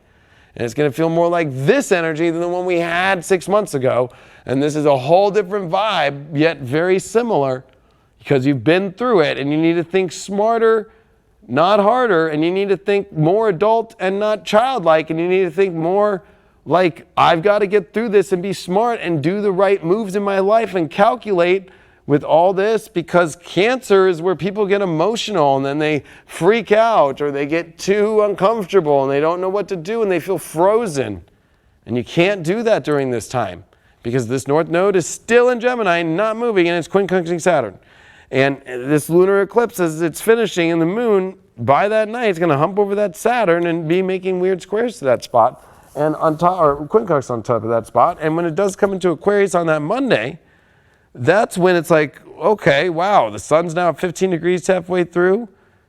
But, you know, with this energy, the way that it is, the moon will trine over to Venus, and that's what we'll want. We're going to want to make sure that we have the right people and the thing that the world is offering us on Monday is the people that are in our lives that make us feel connected and that feel like they're in our worlds that are truly exciting. But if you don't have that and your emotions aren't like that and your destiny knows that that's not going to work out, it's not going to feel good. You're going to feel like there's something totally missing after the moon gets stripped of everything. The moon's going to be stripped. That's why do not put anything out. I would not go watch this eclipse in America or in North America, wherever you're at all. I would not look at it.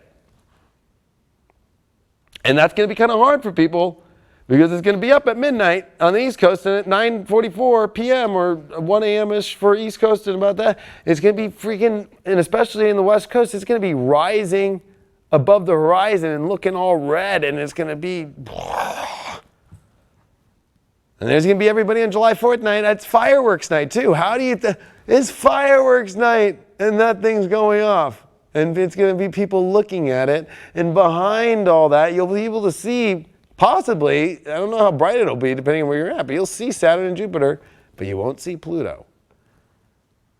And you got to remember that Pluto's behind there with deep plans to change things in a way, and the moon's about to get stripped, not only by the Earth, right, blocking the light that it should normally get. The mother should be getting the light from the father of the sun, or you want to use the king and the queen. Like the queen is not getting the king's help fully because the Earth's between it, and that creates the shadow side on the moon that blocks out the light in red by the dust and the dirt and by all the things that we're going through and the coronavirus and all that stuff that's on the Earth that's pushing onto that moon now. And then on top of that, you've got the planets, the ones that eat the child and destruction and death and just like, you know, restriction. And that is not a lunar eclipse I would want to put any crystal out for or even look at.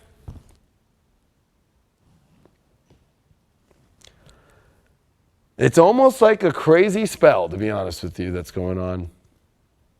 And I've been saying that one for a long time. It's because this Monday, people are going to want a lot of things to make them feel good and want liberation, want freedom. But Saturn's going to be like, I just stripped you away of all that. Because your personal life will be all that you have. The moon is the ruler of Cancer, and Cancer is where the sun is, so that's where we're focused on. That's where the Mercury retrograde is. But that Mercury retrograde is going to quincunx the moon. And the moon is going to be in trine with Venus, and the moon is going to be sextile Mars. So it's going to be like, let's do this, let's go, but hold on, I just got stripped somehow. And if we move to Tuesday, the last day, you know, the eclipse is over, of course, and all that stuff, but this is the last day, or it's going to be the 8th, actually, I think, into the 9th. But these nodes are about to move off this edge. And that's what got me this whole time, is the whole time, through the whole 6 weeks of the eclipses, the North Node and the South Node stay at the same degree. At the last degree of Sag and Gemini. And so that just goes to show you that these are powerful. And that it goes to show you that these are going to be wild times. And even though it's Capricorn and Cancer, which is a lot more stable, I would say, it's still an unstable time because the nodes rule the whole entire connection to this reality. And that's where I want to bring up the Neptune thing, is that Neptune is squaring these nodes. And with Mercury retrograde now at 6, now Mercury retrograde starts to square Mars coming into Monday.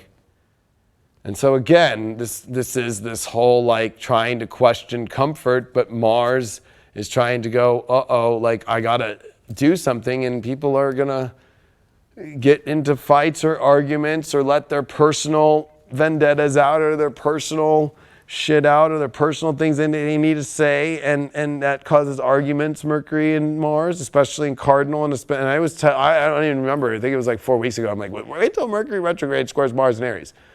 That's when you're going to see people that repressed the emotion, that didn't follow the facts, that believed in the Sag thing and thought it was all fine, especially with relationships during the Venus retrograde of the last, I would say now 50 days, because it went direct almost 10 days ago, or a little more actually. But at that time, it's all going to hit hard. And Venus at 8 too, right? So now it's off both stationary degrees of the last decade. And it's starting to move, and Mars is not going to catch up with Venus in sextile. Mars and Venus will make a nice trine when Venus comes into Leo. But that's a while away, and Mars has to square Venus. So Mars and Venus are not getting their love that they wanted. And so there's another thing about things feeling off for feeling good and what you want, because Mars is like, I got to go hit up Chiron now. So I just missed Venus, the one I'm after, and now I have to meet up with Chiron, and I have to go fight with the handicap soldier.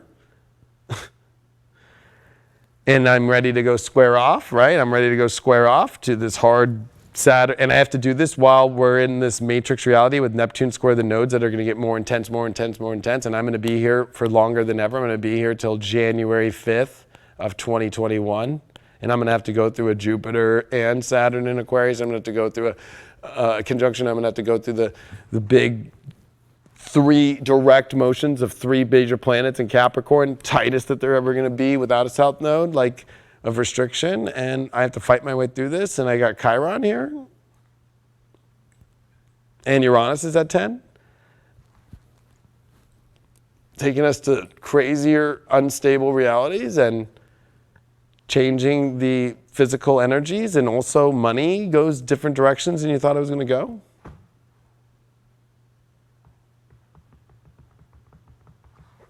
Last chart I have is to finish the Helio, which, if we take a look at it, by that moment, when we come on to Tuesday, and what's hard about Monday too, is Mercury will be on Saturn. So there's something about this whole week with Mercury being in Capricorn and have to go through all this hardship. They're in the lunar eclipse and everything. It's going to be in harsh world. It will come to that 0 Aquarius with Venus, but what will Venus be doing on that day? Squaring Uranus. That's why I'm saying this relationship thing is going to get crazy. And Mars at 19, that's not that bad, but here's Jupiter, Pluto getting closer. Now it's within 2 degrees, less than. So, like, you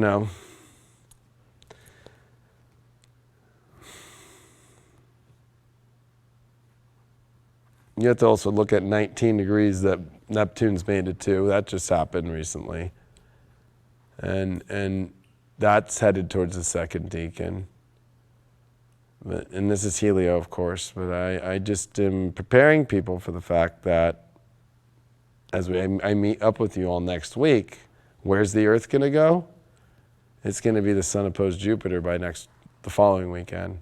And then moving into a new moon cycle that's going to be in opposition to these 3 planets. That I don't think you all know that it was a solar eclipse in Cancer on June 21st. And then another new moon in Cancer. There's going to be 2. So, and this one's going to be in opposition to Jupiter and Pluto and Saturn. And it's going to be directly opposed Saturn.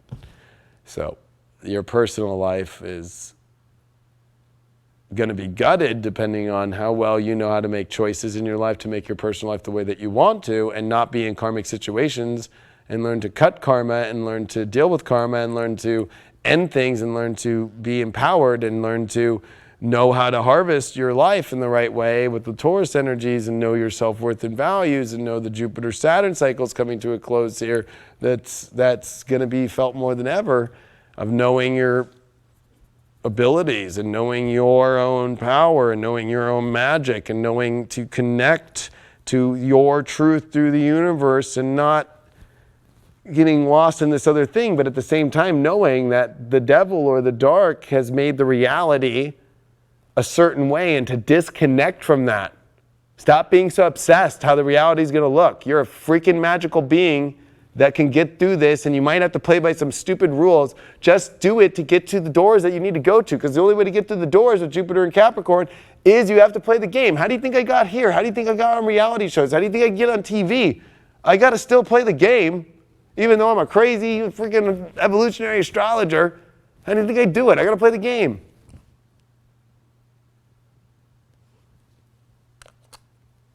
So for those that are afraid to play the game and play this reality the way that it is, just think of it as a game. And just think of it like, I got to get this shit and this is the game and whatever. It's like we all have to make shitty moves in the game sometimes. Sometimes we roll, snake eyes, and maybe snake eyes is, you move back spaces. Who knows? It just is like, play the game. Think of it as like a little game, but take the game seriously to get where you got to go. And do the right work and know that your power is bigger than anybody else telling you that they have power over you, but you don't need to go fight them to prove that. You just are that energy. And prepare, because this is not going to go the exact same way it went the last 6 months. Now. And if you think comfort on the couch and in the bed is going to make it through this time, it's not. And especially that's the delusion of the sun in Cancer and Mercury retrograde in Cancer. And that new moon that's going to show up right before, I think it's like July 21st, is going to be like, sorry. Yeah, we're not looking out for your comforts. And that's going to last a whole lunar month. And that's going to be with the sun that's going to be in Leo. And there's going to be moments in there that it's like, yeah, you can find your empowerment. You can find your vitality. And that's going to be hard for people, though. And then it's Uranus going retrograde. And it's a lot.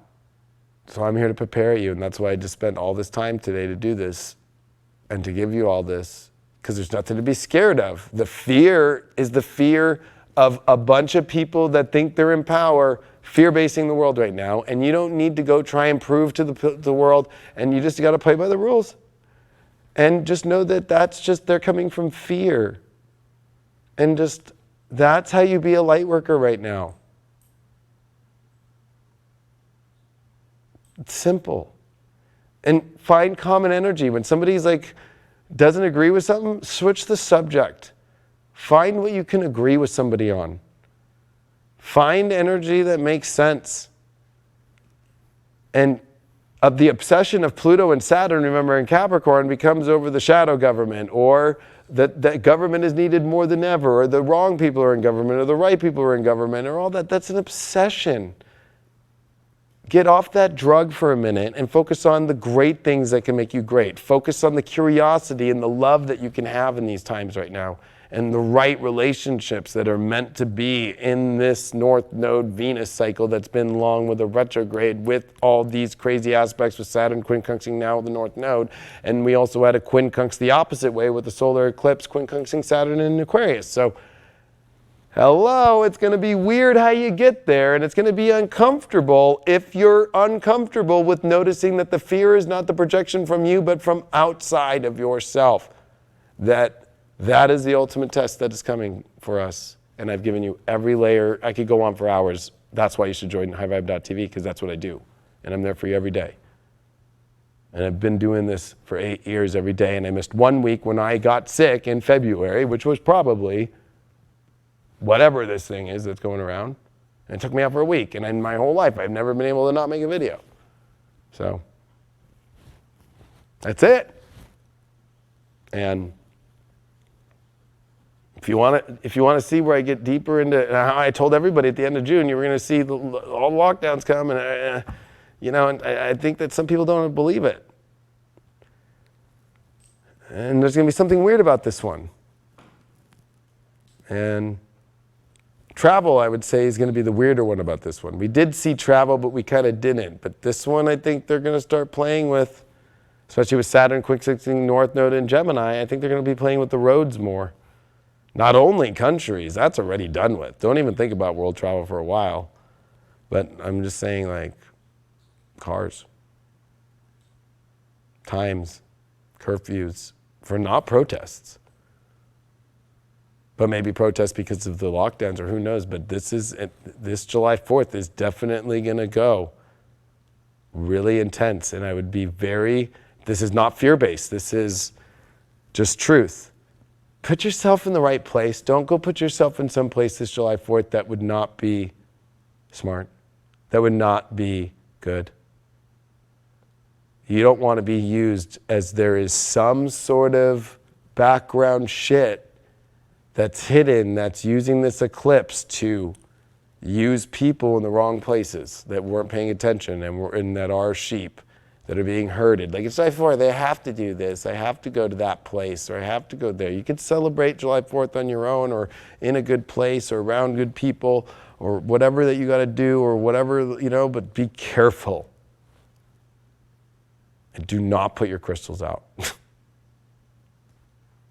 I love you all. Thank you so much for being part of High Vibe, and being, of course, following me here as Leo King on YouTube for so long. And I send my love, I send my blessings. Remember, the sun's in Cancer. Let's focus on our personal lives. Let's focus on our personal lives to go right, and let's stop the shame game between both sides. And let's find a way to come together and find commonality. And at the same time, know that there's a world, no matter what we look at, is going to be like concrete that we just can't jackhammer with Mars and Aries. It's not like that. It's too thick. So, I love you, but don't worry. We win all of us win in the end when we hold that integrity of the light and know that's the long term, and that you're not undefined by that, or you're lost in the spells that are going around. I'll see y'all later.